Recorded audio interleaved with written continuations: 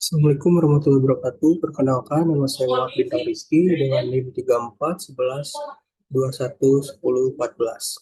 Saya di sini akan membuat sebuah video presentasi mengenai paper yang telah buat mengenai technical paper dalam bidang topik yang diminati yaitu data mining. Ada studi kasus atau technical paper di sini. Saya mengambil sebuah technical paper yang berjudul penerapan data mining dengan menggunakan metode klasifikasi untuk melihat potensi kepatuhan wajib pajak kendaraan. Untuk masalah utama pada technical paper ini, di sini yang pertama adalah untuk menguji kepatuhan wajib pajak kendaraan, yang terutama pada kendaraan bermotor, serta untuk menguji sebuah formasi metode menaik bias yang digunakan untuk menghitung sebuah suatu probabilitas, serta untuk data atau sampel data yang diambil yaitu pada Samsat Medan Selatan, terutama pada sampel data pada kendaraan yang bermotor. Untuk data sampel tersebut diambil pada tahun 2023, mulai dari bulan Februari sampai dengan bulan Mei. Untuk yang diamati dalam penelitian ini, yang pertama di sini ada sebuah suatu tahapan knowledge discovery atau in database atau yang disingkat dengan KDD, yaitu prosesnya data akan diseleksi, maka data ini akan dipilih atau diseleksi dari sebuah kumpulan data operasional sebelum langkah penambahan mengenai informasi KDD tersebut. Yang kedua, melakukannya processing atau cleaning. Maka data yang dipilih pada langkah sebelumnya, apabila masih mengandung data yang cukup sangat hilang atau terdapat duplikat maupun data yang kosong, maka data yang tidak akan relevan selanjutnya akan menurunkan keakuratan pada hasil data mining tersebut. Sehingga pada proses cleaning ini, maka sebaiknya data tersebut dihilangkan. Kemudian ada proses data transformation, di mana data di sini akan diubah ke dalam format yang sesuai dengan teknik normalisasi data. Dan selanjutnya di sini ada data mining, di mana pada tahapan ini data mempunyai nilai yang lebih tinggi akan dibandingkan dengan pada kelas estimasi. Serta di sini yang terakhir terdapat ada interpretation atau evaluasi, di mana pada di sini berfungsi untuk membantu sebuah pengguna dalam memahami pola, di mana pola tersebut pada akhir proses penambangan data akan ditampilkan secara visual. Serta pada tahapan yang dalam penelitian ini yang diamati yaitu eksperimen, di mana pada metode deskripsi ini naik bias menggunakan trauma bias serta pengujian evaluasi yang menggunakan algoritma naik bias pada rapid miner. Nah, di sini ada sebuah gambar atau tahapan pada penelitian di mana yang pertama data tersebut akan diseleksi kepada target data yang kemudian akan diprosesing kepada proses data. Selanjutnya, data yang telah diprosesi tersebut akan ditransformasi ke dalam data mining. Dan kemudian data mining akan ditampilkan melalui pattern atau pola yang kemudian akan menghasilkan interpret atau evaluasi atau hasil dari sebuah informasi tersebut. Nah, serta hasil penelitian menggunakan data selection di sini menggunakan sebuah aplikasi atau APK yang bernama Rapid Miner. Dengan hasil tersebut, di mana hasil data tersebut akan dimasukkan ke dalam Rapid Miner yang kemudian data tersebut akan dipilih dan diselection.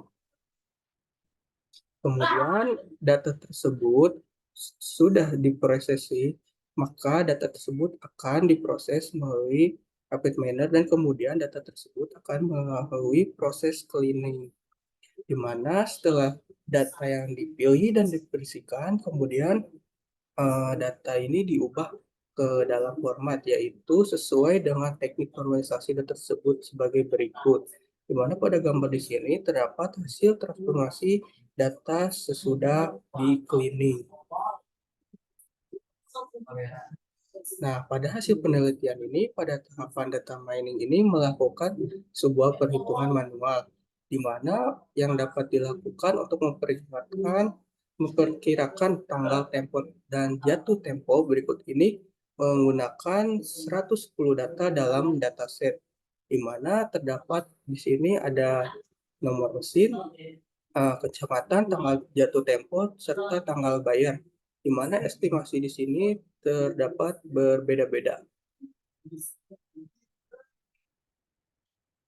Nah, kemudian untuk hasil perhitungan manual dapat dilakukan secara manual dengan penghitungan di mana estimasi taat mempunyai nilai hasil yang lebih tinggi dibandingkan dengan kelas estimasi yang tidak taat, di mana dalam menentukan kelas estimasi dengan membagi seluruh jumlah data dengan estimasi yang ada dengan memperhitungkan probabilitas prior dalam kualifikasi yang dihasilkan melalui P1 bagi kelas taat dan P2 bagi kelas yang tidak taat. Untuk P1 di sini, kelas estimasi sama dengan taat, sama dengan jumlah, maka kolom estimasi 62 dibagi 110, hasilnya 0,56. Nah, sedangkan pada P2 atau kelas estimasi yang tidak taat, sama dengan jumlah yang tidak taat pada kolom estimasi 48 dibagi 110 sama dengan 0,43. Selanjutnya berdasarkan masing-masing kecamatan, yaitu ada Medan Volumia, ada Medan Maimun, ada Medan Tetuan, dan Medan Johor, serta Medan Selayar, lalu Medan Amplas, dan Medan Heltubiak, serta Medan dan area, serta dan lainnya. Hitungan tersebut, jumlah kasusnya yang sama untuk setiap atribut kelas estimasi, taat maupun tidak taat. Kemudian, jumlah kasus tersebut dibagi dengan atribut tiap kecamatan, di mana pada contoh di sini, P sama dengan P dalam kurung kecamatan sama dengan Medan polinomnya dibagi dengan kelas estimasi sama dengan tidak taat, di mana data tersebut terdapat 1 dibanding 5, yaitu 0,2 hasilnya. Serta di mana selanjutnya apabila data tersebut maka dikalikan dengan semua hasil variabel yang didapat dari hasil P tersebut. Contohnya ada kecamatan kelas dibagi estimasi dengan sesama kelas estimasi maupun P1 dan P2 adalah sebagai berikut. Yang pertama, untuk setiap atribut kelas estimasi yang tepat terdapat probabilitas pada kelas estimasi yang taat di mana 0,2 dikali 0,83 dikali 0,5 dikali 0,74 dikali 0,5 dikali 0,45 dikali 0,63 dikali 0,6 dikali 0,2, hasilnya sebagai berikut, yaitu 0,0011. Nah, sedangkan untuk kelas atribut pada kelas estimasi yang tidak taat pada probabilitas kelas estimasi yang tidak taat, yaitu terdapat 0,8 dikali 0,6, 16 dikali 0,5 dikali 0,25 dikali 0,5 dikali 0,54 dikali 36 dikali 0,4 dikali 0,77, maka hasil tersebut terdapat 0,004. Maka selanjutnya apabila disebut, maka kalikan nilai probabilitas tersebut pada kelas estimasi, di mana hasil perkalian seluruh variabel maupun P1 dan P2, maka probabilitas dikalikan semua kualitas estimasi kelas maupun yang taat, yaitu estimasi probabilitas yang taat dikalikan dengan kelas estimasi yang taat juga. Maka hasilnya 0,56 dikali 0,0011, maka hasil di sini terdapat yaitu 0,000616. Untuk prior probabilitas yang kelas estimasinya tidak taat, maka probabilitas tersebut, kelas estimasi yang tidak taat akan dikalikan ke dalam probabilitas kelas estimasi yang tidak taat juga. Yang maka yaitu 0,43 dikalikan dengan hasil tersebut, yaitu 0,004. Maka hasilnya yaitu 0,000172. Untuk P1 yaitu kelas taat, maka hasilnya di sini terdapat lebih besar dari kelas estimasi yang tidak taat dibandingkan dari hasil komputasi pada kelas estimasi kelas dengan dikalikan probabilitas estimasi pada kelas. Nah, untuk pada hasil penelitian pada tahapan evaluasi menggunakan rapid manner juga di sini untuk melihat akurasi prediksi model naive bias, di mana pada hasil siklus ini terdapat sebuah proses yang dimana terdapat suatu akurasi dalam setiap data tersebut, di mana pada pretest di sini pada isu teksnya terdapat 60, maka yang isu yang tidak taatnya di sini ada 30. Maka dari hasil akurasi atau prediksi di sini terdapat 66,670%. Untuk prediksi yang tidak taat pada isu tes di sini terdapat 2, sedangkan pada isu yang tidak taat terdapat 18. Maka hasil dari cross prediksi di sini yaitu 90,90%. Untuk yang selanjutnya, pada gambar di sini menunjukkan bahwa data PKB Samsat Medan Selatan untuk kelas yang tidak taat atau bila yang mempunyai nilai besar dari 0,5064 berikut ini, maka akan dilakukan distribusi antara kelas estimasi, di mana pada hasil dari simpel distribusi tersebut untuk kelas yang taat ini memiliki 5 distribusi, sedangkan untuk yang kelas tidak taat di sini sama juga dengan kelas yang taat, yaitu dengan 5 distribusi.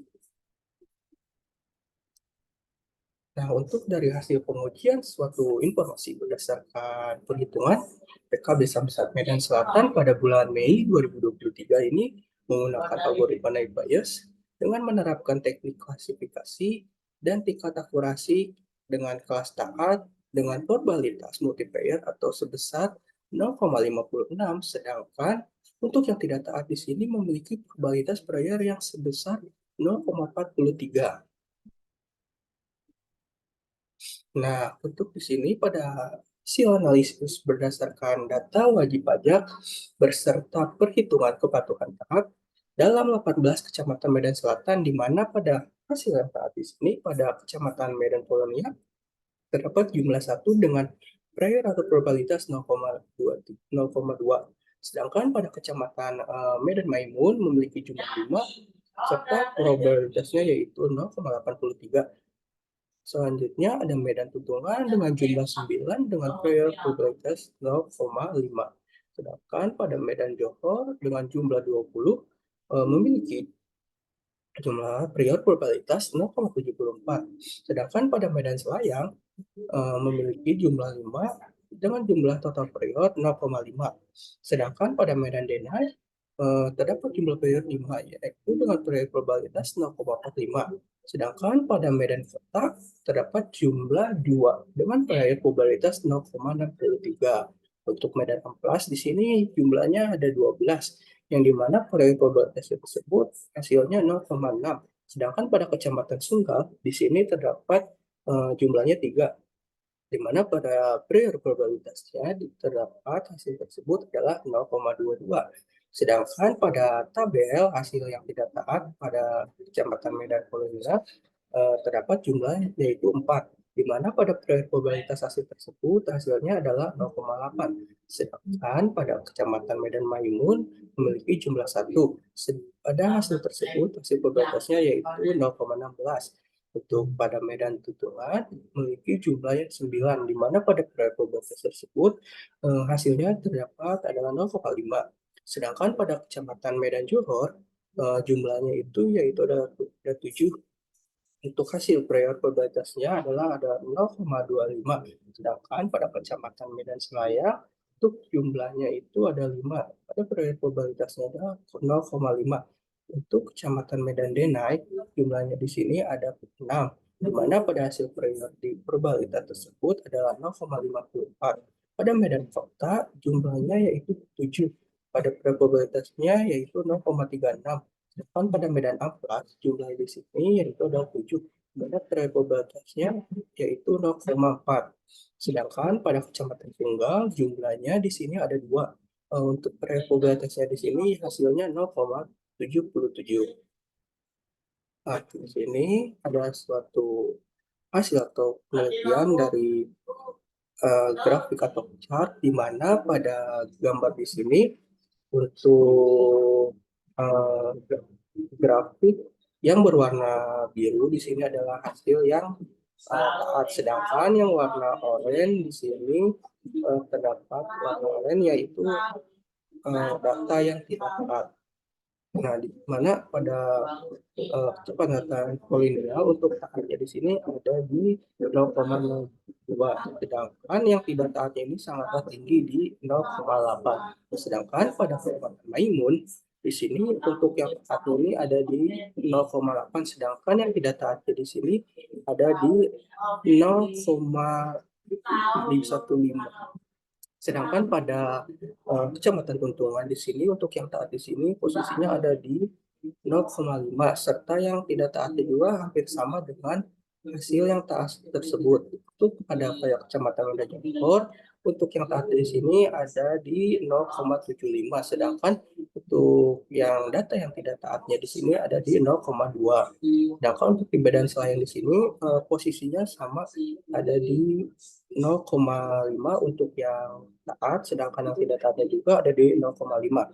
Sedangkan pada kecamatan Denai di sini posisinya untuk yang taat di sini ada di 0,48, sedangkan yang tidak taatnya di sini ada di 0,57, sedangkan pada di kecamatan Kota untuk yang taat di sini ada di 0,65, sedangkan yang tidak taatnya ada di 0,4. Sedangkan pada kecamatan Amplas untuk yang taat di sini posisinya ada di 0,6, sedangkan untuk yang tidak taatnya di sini ada di posisinya 0,4. Untuk kecamatan Sunggal untuk yang taatnya ada di posisi 0,2, untuk yang tidak taatnya ada di 0,8. Nah, untuk hasil pada pola histogram terdapat pada gambar berwarna biru, yaitu kecamatan polinomial banyak, sedangkan untuk yang oranye ada kecamatan Maimun, untuk yang abu-abu ada kecamatan Tuntungan, untuk yang kuning ada di kecamatan Johor, untuk yang warna biru muda itu kecamatan Medan Selayang, untuk yang warna hijau itu di kecamatan Medan Denai. Untuk yang biru muda, biru ada di kecamatan Kota, sedangkan yang gambar warna coklat ada di kecamatan Medan Amplas. Untuk yang terakhir ada di kecamatan Medan Sunggal, di mana pada posisi taat maupun tidak taat, di mana untuk posisi taat di sini untuk kelas prediksi yang sangat tinggi ada di kecamatan Johor, sedangkan pada kelas yang tidak taat di sini ada di kecamatan Medan Tuntungan, di mana pada pola di sini kecamatan Medan Tuntungan terdapat pola yang sangat lumayan tinggi dibandingkan pada pola kecamatan yang lainnya. Nah, di sini juga ada grafik Pareto yang dimana menunjukkan dari data Kecamatan Tuntungan, Johor, Kota, Las, Denai, Selayang, Polemia, Sunggal, Maimun, di mana pada grafik di sini untuk yang tidak taatnya pada setiap grafik melalui peningkatan, dan di mana pada posisinya akan mengalami penurunan. Nah, berdasarkan kesimpulan dari hasil penelitian technical paper di sini, bahwa dapat disimpulkan bahwa taksiran golongan pembayaran pada wajib pajak kendaraan bermotor yang taat lebih besar dibandingkan dengan taksiran golongan pembayaran wajib pajak yang bermotor yang tidak taat. Nah, untuk saran di sini dalam melakukan pembersihan data di sini masih dilakukan banyak data yang hilang, dan data akhir digunakan untuk menguji total 110 wajib pajak kecamatan Medan Tuntungan mungkin mengalami data yang tidak sesuai dengan data pada Samsat Medan Selatan. Hal ini berdasarkan penumpukan dengan data sampel yang dikumpulkan di sana dengan metode klasifikasi dengan menggunakan algoritma naik bias dengan tingkat akurasi 70,91%. Untuk yang harus saya pahami dalam technical paper di sini yaitu adalah data yang digunakan pada dalam penelitian ini serta permasalahan penelitian ini serta tahapannya, yaitu serta tentang night bias maupun teorema night bias, maupun metode atau tahapan penelitian yang dilakukan dalam penelitian ini serta kesimpulan maupun saran serta peluang penelitian ini yang akan dilanjutkan dan dapat dikerjakan dengan penelitian ini. Eh, Sekiranya cukup saya di sini. Saya mohon maaf apabila masih ada sedikit kekurangan. Sekian dari saya. Terima kasih.